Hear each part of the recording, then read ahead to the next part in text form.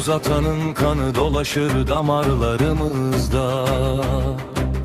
Ata yurdu sevdası yanar bizim bağrımızda.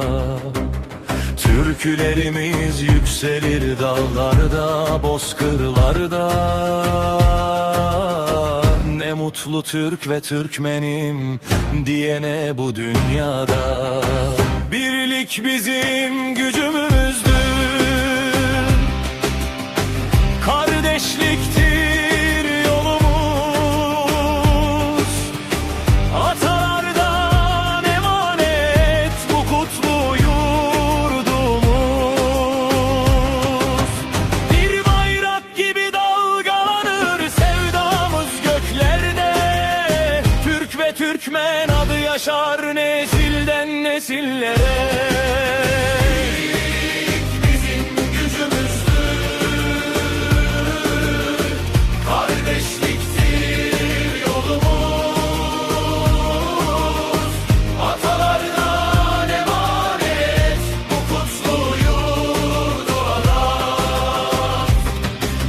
Geçmişten gelen sesler yankı olur gönlümüzde.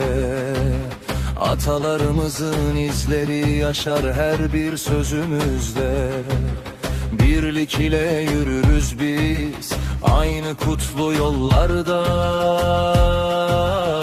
Türk ve Türkmen kardeştir aynı sevda uğrunda.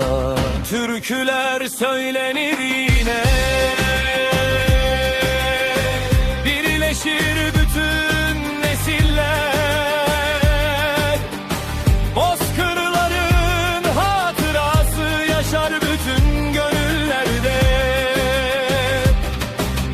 Birlikten doğan umutla bakarız yarınlara. Türk ve Türkmen adı kalsın sonsuza kadar burada.